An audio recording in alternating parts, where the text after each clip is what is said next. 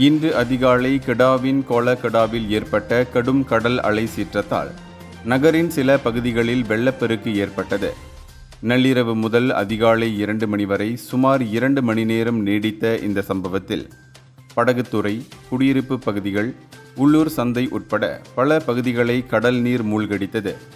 கோத்தஸ்தார் பொது பாதுகாப்பு அதிகாரி அப்துல் ஹலீக் ரஃபீக் மொக்தார் கடல் நீர் 3.06 மீட்டர் உயரத்திற்கு உயர்ந்ததாக தெரிவித்தார்.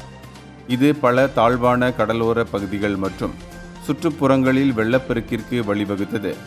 ரோந்து படைகள் பாதிக்கப்பட்ட பகுதிகளை கண்காணித்தன. நீர் வேகமாக உயர்ந்தாலும் அதிகாலை 1:30 மணியளவில் வெள்ளம் வடிந்துவிட்டது. இந்த இடையூறுகளுக்கு மத்தியிலும் கடும் காற்று அல்லது மழை நிலைமையை மோசமாக்கவில்லை. அதிகாரிகள் அதிகாலை 2 மணிக்குள் கள சோதனைகளை முடித்தனர். உச்சக்கடல் அலை சீற்றங்களின் போது கடலோர சமூகங்களின் தொடர்ச்சியான பாதுகாப்பு அச்சுறுத்தலையும் தொடர்ச்சியான தயார் நிலையின் அவசியத்தையும் இந்த சம்பவம் வலியுறுத்துகிறது. இந்தியர்களின் இதய குரல் மக்களோசை.